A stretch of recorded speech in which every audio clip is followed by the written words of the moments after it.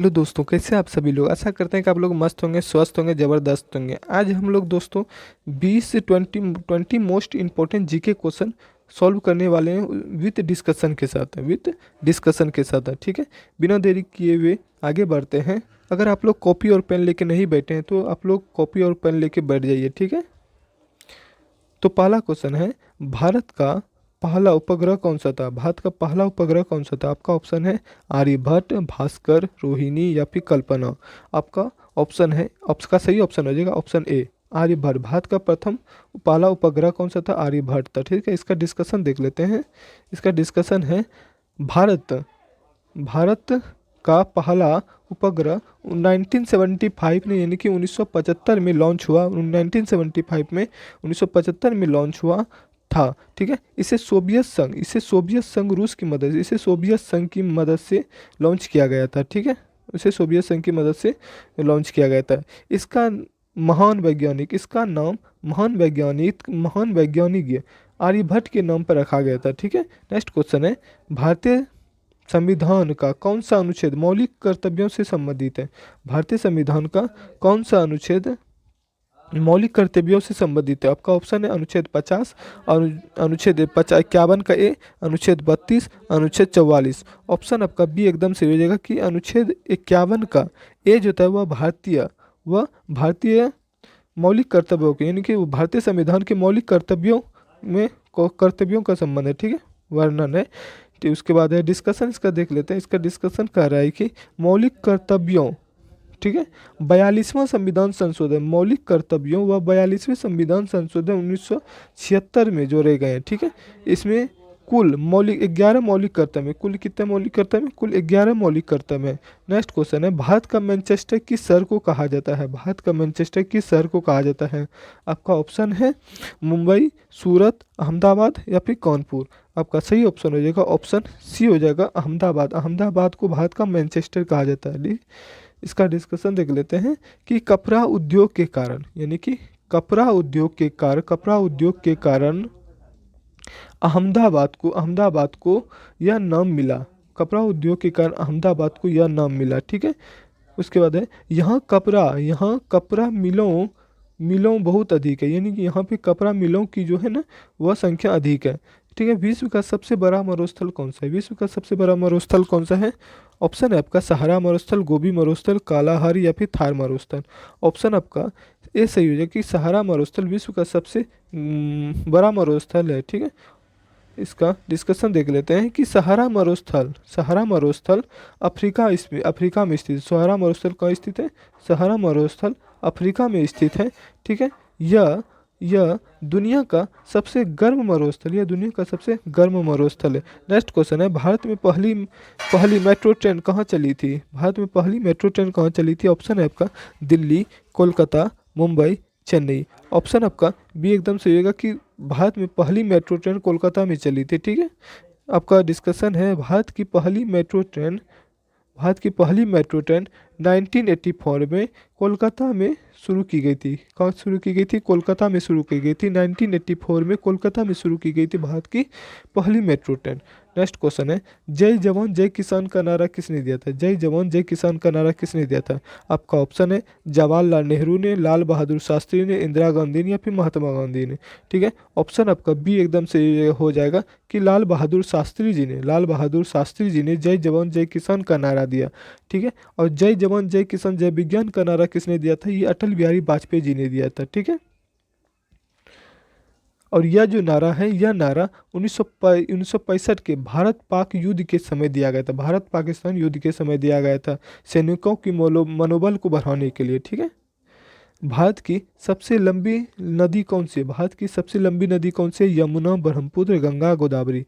Option आपका सी एकदम से हो जाएगा कि गंगा नदी भारत की सबसे लंबी नदी है। ठीक है, इसकी जो लंबाई है लगभग 2525 किलोमीटर है। ठीक है, 2525 किलोमीटर है। नेक्स्ट क्वेश्चन है, नोबेल पुरस्कार पाने वाले पहले भारतीय कौन थे। नोबेल पुरस्कार पाने वाले पहले भारतीय कौन थे। आपका ऑप्शन है सी वी रमन, रविंद्रनाथ टैगोर या मदर टेरेसा या फिर अमर्त्य सेन। ठीक है, आपका सही ऑप्शन हो जाएगा रविंद्रनाथ टैगोर जो थे वह नोबेल पुरस्कार पाने वाले प्रथम भारतीय थे। ठीक है, इसका डिस्कशन देख लेते हैं कि 1913 ईस्वी में 1913 में साहित्य के लिए नोबेल पुरस्कार इसे मिला था। किस लिए मिला था? साहित्य के लिए इसे नोबेल पुरस्कार मिला था 1913 ईस्वी में। ठीक है, और यह उनकी पुस्तक गीतांजलि के लिए, यह पुरस्कार दिया गया था। इनकी पुस्तक गीतांजलि के लिए इसे नोबेल पुरस्कार दिया गया था। नेक्स्ट क्वेश्चन है, पृथ्वी का सबसे बड़ा महासागर कौन सा है? पृथ्वी का सबसे बड़ा महासागर कौन सा है? अटलांटिक महासागर, हिंद महासागर, प्रशांत महासागर और आर्कटिक महासागर। आपका ऑप्शन सी एकदम सही हो जाएगा कि पृथ्वी का सबसे बड़ा महासागर जो है वो प्रशांत महासागर है। ठीक है, इसका डिस्कशन देख लेते हैं कि यह जो थे प्रशांत महासागर दुनिया की सबसे बड़ी महासागर और सबसे गहरी है। दुनिया का सबसे बड़ी महासागर है और गहरा भी महासागर भी है। ठीक है, भारत का राष्ट्रीय फल कौन सा है? भारत का राष्ट्रीय फल कौन सा? आपका ऑप्शन है केला, आम, संतरा, सेब। ठीक है, ऑप्शन आपका बी एकदम से राइट हो जाएगा कि भारत का जो राष्ट्रीय फल है वह आम है। ठीक है, इसका डिस्कशन देख लेते हैं कि आम को फलों का राजा कहा जाता है। आम को फलों का राजा भी कहा जाता है। आम को फलों का राजा भी कहा जाता है, याद रखिएगा आप लोग। संविधान सभा के अध्यक्ष कौन थे? संविधान सभा के अध्यक्ष कौन थे? आपका ऑप्शन है डॉक्टर राजेंद्र प्रसाद, जवाहरलाल नेहरू, सरदार पटेल या फिर बी आर अम्बेडकर। ऑप्शन आपका एस एकदम सही है कि डॉक्टर राजेंद्र प्रसाद जो थे वह संविधान सभा के अस्थायी अध्यक्ष बने थे। कौन से अध्यक्ष बने थे? अस्थायी अध्यक्ष बने थे। ठीक है, आप लोग को कमेंट करके बताना है कि संविधान सभा के अस्थायी अध्यक्ष कौन थे। ठीक है, इसके बाद है संविधान सभा की बैठकों की अध्यक्षता इसी ने की थी। संविधान सभा की भी जो बैठक जो हुई थी इसकी अध्यक्षता इसी ने की थी, डॉक्टर राजेंद्र प्रसाद ने की थी। नेक्स्ट क्वेश्चन है, भारत का राष्ट्रीय खेल क्या माना जाता है? भारत का राष्ट्रीय खेल क्या माना जाता है? क्रिकेट, हॉकी, कबड्डी या फिर फुटबॉल। आपका सही ऑप्शन रहेगा ऑप्शन बी, भारत का राष्ट्रीय खेल हॉकी को माना जाता है। ठीक है, क्यों माना जाता है? देखिए आप लोग कि भारत ने हॉकी में कई ओलंपिक स्वर्ण पदक जीते हैं। ठीक है, डिस्कवरी ऑफ इंडिया पुस्तक किसने लिखी है? डिस्कवरी ऑफ इंडिया पुस्तक किसने लिखी है? आपका ऑप्शन है महात्मा गांधी जी, जवाहरलाल नेहरू, सुभाष चंद्र बोस या Rajendra Prasad. Discovery of India पुस्तक किसने लिखी है? डिस्कवरी ऑफ इंडिया पुस्तक किसने लिखी है? आपका सही ऑप्शन हो जाएगा जवाहरलाल नेहरू ने लिखी है। ठीक है, जवाहरलाल नेहरू ने लिखी है डिस्कवरी ऑफ इंडिया पुस्तक। ठीक है, जवाहरलाल नेहरू ने लिखी है।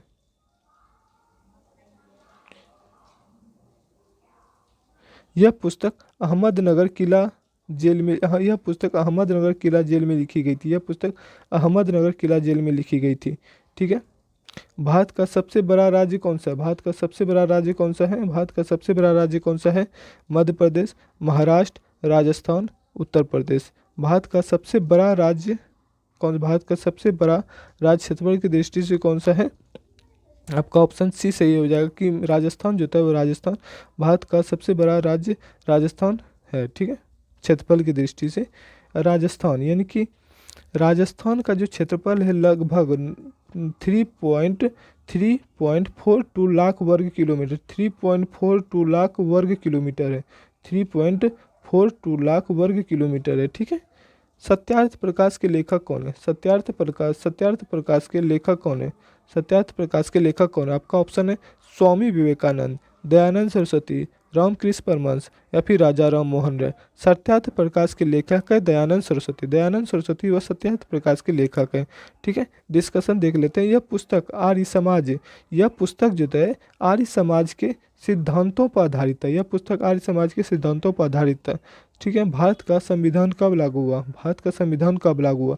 15 अगस्त 1947 को, 26 जनवरी 1950 को या फिर 26 जनवरी 1947 को या फिर 15 अगस्त 1952 को। ये क्वेश्चन आप लोग को कमेंट बॉक्स में बताना है। ठीक है,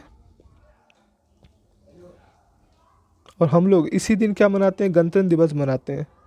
अब कब हम लोग गणतंत्र दिवस मनाते हैं आप लोग कमेंट करके बताइएगा कि विश्व पर्यावरण दिवस कब मनाया जाता है। विश्व पर्यावरण दिवस 5 जून को, 22 अप्रैल को, 8 मार्च को या फिर 16 सितंबर को। आपका सही ऑप्शन रहेगा 5 जून को विश्व पर्यावरण दिवस के रूप में मनाया जाता है। क्यों मनाते हैं? देखिए कि पर्यावरण संरक्षण यानी कि पर्यावरण संरक्षण के लिए जागरूकता फैलाने को लेकर के इस दिन हम लोग क्या मनाते हैं, विश्व पर्यावरण दिवस मनाते हैं। भारत का सबसे ऊंचा पर्वत कौन सा है? भारत का सबसे ऊंचा पर्वत कौन सा है? नंदा देवी, कंचनजंगा, एवरेस्ट या फिर धौलागिरी? भारत का सबसे ऊंचा पर्वत है यह है कंचनजंगा। कंचनजंगा जो है भारत की सबसे ऊंचा पर्वत है। कंचनजंगा भारत की सबसे ऊंचा पर्वत है, ठीक है। कंचनजंगा भारत का सबसे ऊंचा पर्वत है। उसके बाद नेक्स्ट क्वेश्चन है, शेर ए पंजाब किसे कहा जाता है? शेर ए पंजाब किसे कहा जाता है? भगत सिंह को, लाला लाजपत राय को, रंजीत सिंह को या फिर उधम सिंह को? शेर ए पंजाब लाला लाजपत राय को कहा जाता है। शेर ए पंजाब किसे कहा जाता है? लाला लाजपत राय को शेर ए पंजाब कहा जाता है, ठीक है।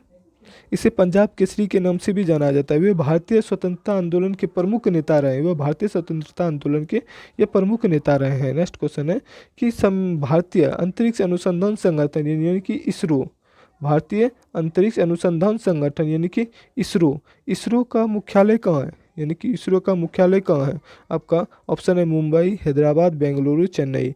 सही ऑप्शन हो जाएगा, ऑप्शन आपका सी हो जाएगा कि बेंगलुरु। भारत का अंतरिक्ष अनुसंधान संगठन यानी कि इसरो का जो मुख्यालय है वह कहाँ है? बेंगलुरु में, ठीक है।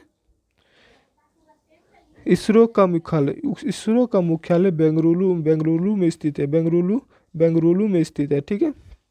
इसरो का मुख्यालय बेंगलुरु में स्थित है। अगर आप लोग को ये सेशन अच्छा लगे तो लाइक, कमेंट और सब्सक्राइब जरूर करें, ठीक है। धन्यवाद।